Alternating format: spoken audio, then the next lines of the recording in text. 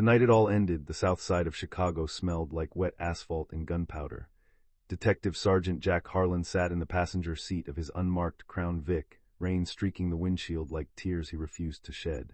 His partner, Victor Langford, was at the wheel, humming along to some old Springsteen song on the radio. They had been thick as thieves for 8 years, dirty together, clean on paper, splitting everything down the middle. Tonight was supposed to be the last big score, a warehouse full of uncut heroin that would set them both up for life, but Jack never made it inside. The raid went south before the first door was kicked. Federal agents swarmed the block like locusts, lights flashing, sirens screaming. Jack stepped out with his hands up, badge still clipped to his belt. Victor stayed in the car, engine running. By the time the cuffs snapped on Jack's wrists, Victor was already on the radio, feeding the story that would bury his partner. Harlan took the bribes, Victor told Internal Affairs the next morning, voice steady as steel. He killed the witness to cover it up. I tried to stop him. Jack Harlan, 38 years old, father of one, husband of a woman dying of cancer, was charged with first-degree murder, racketeering, and conspiracy. The trial lasted 6 days. The jury deliberated for 43 minutes, guilty on all counts. He was sentenced to life without parole. In the holding cell beneath the courthouse, Jack stared at the concrete floor and made a promise to the empty air. They took everything from us, he whispered, but blood remembers. His wife Claire lasted another 14 months. Ethan was 9 when she died. The boy stood at the prison visiting booth in a too big black suit, pressing his small palm against the glass while Jack pressed his on the other side. I didn't do it, buddy, Jack said, voice cracking for the first time in his life. Your old man's no saint, but I didn't kill that man. Ethan nodded, tears cutting clean tracks down his freckled cheeks. I know, Dad, Jack leaned closer. Then remember this, when the time comes we make it right, you and me, blood remembers. Ethan Harlan grew up in a 2-bedroom walk-up in Bridgeport, raised by his maternal grandparents until they passed. The neighborhood kids learned fast not to call his father the dirty cop to his face after Ethan broke a bully's nose with a baseball bat at age 11. Teachers pitied him, social workers watched him, but Ethan watched back. By 13 he had taught himself to code on a second-hand laptop from a pawn shop. By 15 he was running small scams online, nothing violent, just enough to keep the lights on and put food on the table. He kept his grades perfect, joined the chess club, and never missed a single visiting day at Stateville. Every month he rode the bus 2 hours north, past cornfields and strip malls, to sit across from the man who used to carry him on his shoulders. Jack had changed. Prison had carved him down to bone and wire. One eye drooped from a shiv fight in the yard. His hands trembled when he lit a cigarette, but the fire in his good eye never dimmed. You're getting tall, Jack would say, smiling crookedly. Strong too, you working out, Ethan would nod. Every day, like you told me. They spoke in code. Jack taught him about leverage, how power wasn't in guns but in knowing where the bodies were buried. Ethan listened and filed it all away. He started keeping a notebook hidden under a loose floorboard. Every name Victor Langford had ever mentioned, every deal, every favor owed. At 18, Ethan won a full ride to the University of Illinois at Chicago for computer science. He graduated summa cum laude in 3.5 years, then took a job at a mid-sized cybersecurity firm downtown. On paper, he was the quiet guy in the cubicle who fixed servers and never went to happy hour. In reality, he was building something else. He learned to hack, not the movie kind, real, patient, invisible work. He mapped Victor Langford's entire life from the outside. The congressman had risen fast after Jack's conviction. State senator by 35, U.S. House by 40, now eyeing the Senate with eyes on the White House someday. He lived in a $6 million mansion in Winnetka, married to a former model named Vanessa, with 2 children, Hunter, 27, and Madison, 24. Hunter ran the family real estate empire. Madison was engaged to the son of Senator Richard Caldwell. Ethan memorized their routines, their secrets, their weaknesses. He visited his father every month without fail. On the day Jack turned 60, Ethan brought him a pack of his favorite cigarettes and a new notebook. I'm ready, Dad, he said quietly. I've got everything. Jack studied his son's face, sharp jaw, steady green eyes, the same stubborn set to the mouth he saw in the mirror every day. You sure this ain't a game, Ethan? Once we start, there's no stopping. Ethan nodded. I know, I've been waiting 20 years. Jack Harlan walked out of Stateville on a cold March morning in 2025. 22 years, 4 months, and 17 days. The state gave him a plastic bag with his old clothes, a bus ticket, and $40. Ethan waited at the gate in a beat-up Ford pickup, engine running. They didn't hug. They just looked at each other for a long moment, then Jack climbed in. The drive back to Chicago was quiet except for the radio playing low. You kept the house, Jack asked. Rented it out while I was in school. Got it back last year. It's small, but it's ours, Jack nodded. When they pulled up to the little gray house on South Halsted, he stood on the sidewalk a long time, staring at the porch where he used to smoke after shifts. The paint was peeling now. The swing was gone, but it was home. Inside, Ethan had set up the spare room with a hospital bed, a small TV, and a mini-fridge stocked with beer. Jack lowered himself into the recliner and lit a cigarette with shaking hands. "Still tastes like freedom," he muttered. They sat on the back porch that night under a string of cheap Christmas lights Ethan had hung years ago, a six-pack between them. Rain pattered on the roof. "I don't have much time left, son," Jack said after the third beer. His voice was gravel and smoke. "Doctor inside said the liver's shot, maybe 2-3 years if I'm lucky. I want to see that son of a bitch beg before I die." Ethan stared at the alley behind the house where kids used to play stickball. "We do it my way, Dad. No guns, no witnesses. We make him lose everything he loves first. Piece by piece, then we take the rest." Jack studied his son. "You got a plan. I've had 20 years to build it." The first phase was invisible. Ethan worked from the basement he had turned into a war room.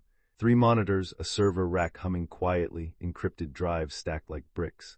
He had spent years mapping Victor Langford's financial empire. 3 offshore accounts in the Caymans holding $17 million in bribes and kickbacks.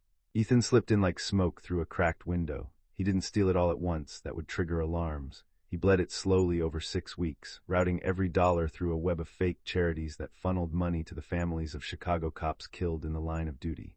He leaked the first video on a Tuesday. It was grainy bodycam footage, spliced and edited to look authentic, of Victor Langford backhanding a young Hispanic housekeeper in the Winnetka mansion. The video hit local news by noon. By evening it was national. Number Langford abuser trended for 72 hours straight. Victor called a press conference. He denied everything, blamed deepfake technology, and promised lawsuits. His approval rating dropped 12 points overnight, but that was only the opening act. Hunter Langford was the golden boy, 6'3", blonde, perpetual tan, always smiling for the cameras. He ran Langford Developments, the family's real estate firm that had built half the luxury condos along the lakefront. Ethan met him the old-fashioned way, at an exclusive nightclub in River North called The Vault. Ethan wore a tailored suit he couldn't afford and introduced himself as Alex Rivera, a tech investor from San Francisco with deep pockets and a taste for fast living. They bonded over whiskey and women. Hunter liked to brag. Ethan listened. 3 months later, Hunter was arrested at O'Hare International Airport.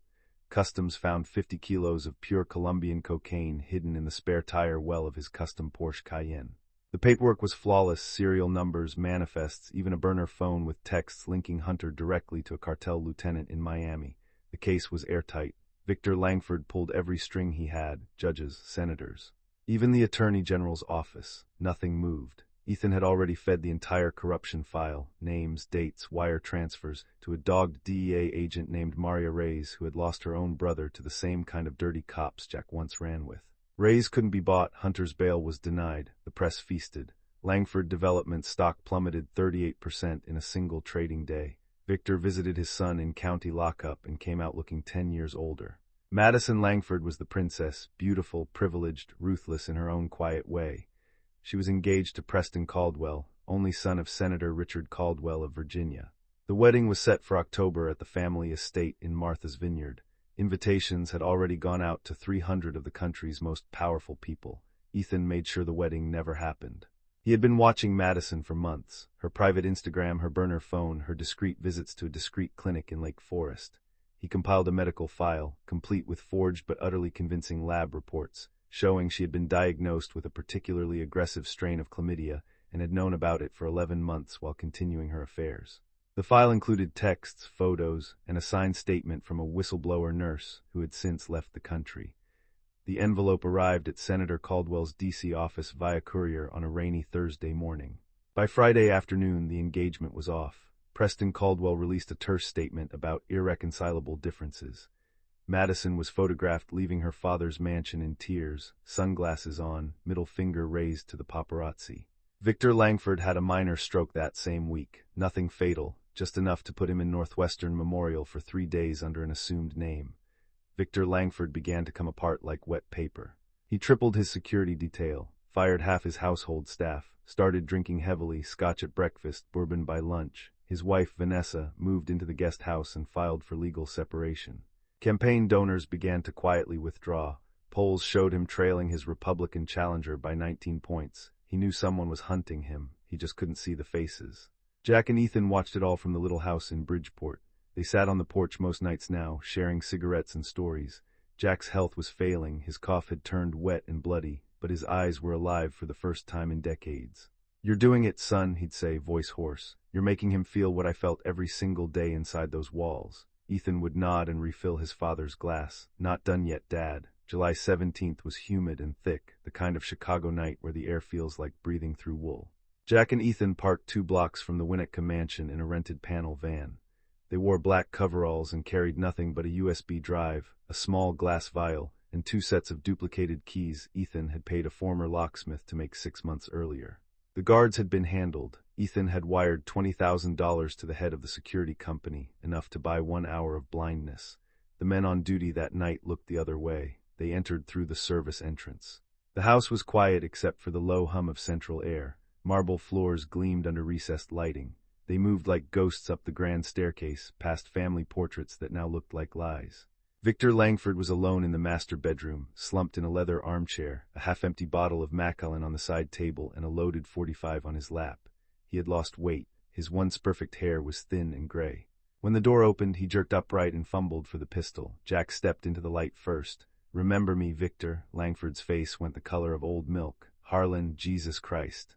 You're supposed to be dead." Ethan closed the door and locked it with a soft click. He held up the USB drive. "Everything," he said, voice calm and flat. "Every bribe you ever took, every witness you silenced, every kid you ruined. Every deal you made while my father rotted in Stateville. It's all here. And it's already uploaded to every major news outlet, every federal oversight committee, and every dark web archive that matters. By sunrise, the whole country will know exactly who you are." Victor laughed, a cracked, broken sound. "So what, you gonna shoot me? Get it over with, you little prick." Jack shook his head slowly. The years had carved deep lines into his face, but his posture was straighter than it had been since the day they took him away. "No," he said, "that would be too easy. I want you to live long enough to watch your empire burn to the ground.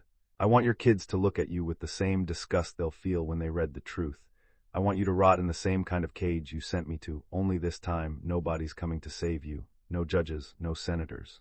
No money." Ethan set the small glass vial on the nightstand, clear liquid inside, no label. "Slow-acting neurotoxin," he said. "Painful, paralysis first, then organ failure. You'll have time to think about every single thing you did. You can take it yourself, or we can hold you down and pour it down your throat. Your choice." Victor stared at them, at the father whose life he had stolen and the son who had become the instrument of its return. For the first time in 22 years, real terror flooded his eyes. Not political fear, not career fear. The kind of fear a man feels when he realizes the bill has finally come due. His hand trembled as he reached for the vial. Jack and Ethan watched him drink it down in 3 long swallows. Then they turned and left without another word. They walked out into the humid Chicago night side by side. The first hint of dawn painted the eastern sky in bruised purples and pinks. Sirens wailed somewhere far off, but none were coming for them. Jack's limp was worse than usual, but his shoulders were square and his head was high. Ethan lit 2 cigarettes and handed one to his father. They smoked in silence as they made their way back to the van. "It's done, Dad," Ethan said when they reached the truck. Jack exhaled a long plume of smoke into the coming light. "Not done, son," balanced. Behind them, in the silent marble mansion on the lake, Congressman Victor Langford began to scream as the poison began its slow, merciless work. Blood had remembered. 2 weeks later, the Chicago Tribune ran a 7-part investigative series titled The Langford Machine: Corruption, Murder, and the Fall of a Dynasty. Federal indictments followed. Hunter Langford took a plea deal and got 20 years. Madison checked herself into a private facility in Arizona and refused all interviews. Vanessa Langford divorced her husband the day before he died in a federal holding cell, alone and unmourned. Jack Harlan lived another 14 months. He died on a quiet October afternoon with Ethan holding his hand. His last words were barely a whisper. "Proud of you, kid." Ethan buried his father in a small cemetery on the south side, under a plain headstone that read only, "Jack Harlan, Father Blood remembers." Then Ethan sold the house in Bridgeport, closed his accounts, and disappeared into the digital ether. Some nights, late in whatever city he happened to be in, he would sit on a rooftop or a park bench and light 2 cigarettes, one for himself, one for the empty space beside him. He never spoke of that summer again, but sometimes, when the wind carried the distant sound of sirens across an American city, he would smile the same crooked smile his father once wore.